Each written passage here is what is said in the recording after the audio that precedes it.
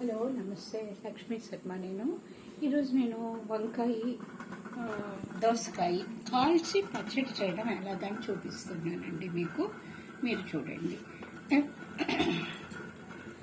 First వీటికి కొంచెం ఇలా లైట్గా నూనె రాసుకోవాలన్నమాట. స్టవ్ మీద పెట్టాలంటే వీటికి కూడా ఇలా నూనె రాయాలి.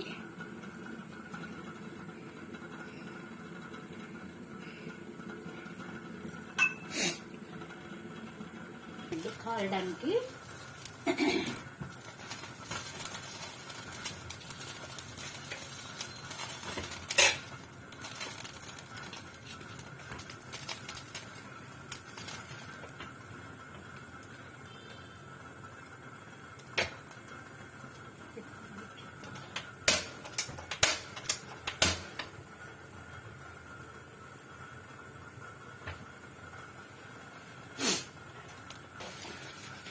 ఈ లోపల అది కాగే లోపల దీనికి మిరపకాయలు అవి పోపు చేసుకున్నాము.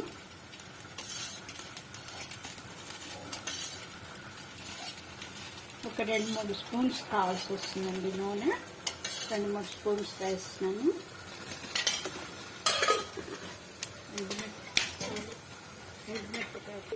ఈ ఎండుమిరపకాయలు ఒక 7-8 మిరపకాయలు వేస్తాను నేను. కొంచెం పచ్చిమిరపకాయలు కూడా వేస్తాను, బాగుంటుంది. ఒక స్పూను మినపప్పు,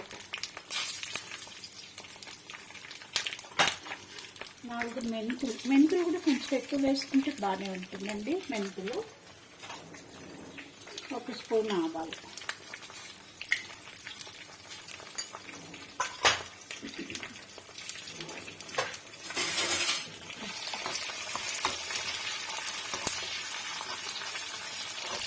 ఇదో ఇంగు కూడా నేను ఇంత వేస్తానండి, బాగుంటుంది. ఇంగు నేను లాస్ట్లో వేస్తాను, ముందే వేస్తే మాడిపోతుంది. ఇంగు స్మెల్ కూడా అంత పోయేలాగా ఉంటుంది, అందుకని నేను ఇంగు లాస్ట్లోనే వేస్తాను. ఆల్మోస్ట్ మిరపకాయలు వేగిపోయాయండి, ఆరిపోయాయి, చల్లగా అయిపోయినాయి. నేను మిక్సీలో వేసినాను.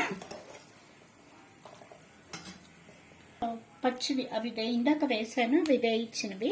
ఇవి ఇలా పచ్చిగా వేస్తే చాలా టేస్ట్ బాగుంటుంది, అందుకని ఇవి కూడా 2-4 వేసినాను. మీకు మరీ కారం అనిపిస్తే తగ్గించండి, వద్దనుకుంటే మానేసేయచ్చు.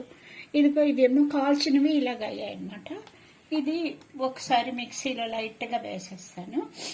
దీనికి ఒక నిమ్మకాయ కంటే కొంచెం తక్కువే చింతపండు నానబెట్టి పెట్టాను అనమాట. ఇవన్నీ మిక్సీలో ఉప్పు వేసేసి మిక్సీలో వేసేస్తాను. ఉప్పు వేసినాను. ఉప్పు కూడా ఒక 1/2 టీ స్పూన్ వేస్తే మంచిది, బాగుంటుంది కూడా.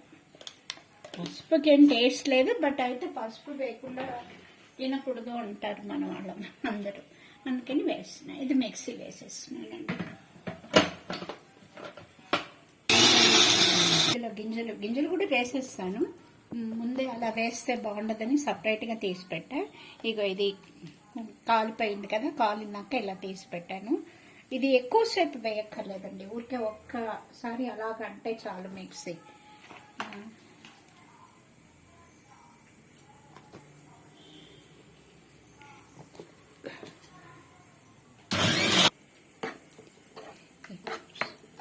ఇక అడుగున మిగిలిపోయిన పోపులో కూడా ఇది వేసేసానండి. నూనె పోపు అంతా ఉంటుంది కదా, అది వేసేసి ఇందులో వేసాను.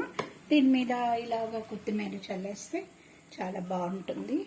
మీరు చూడండి, మీరు ట్రై చేయండి. మీకు నచ్చితే మీరు కామెంట్ పెట్టండి, ఎలా ఉందో చెప్పండి చూసి. మీరు కూడా ట్రై చేయండి. ఇవన్నీ యాక్చువల్గా రోట్లో చేస్తారు, రోటి పచ్చళ్ళు అంటారు.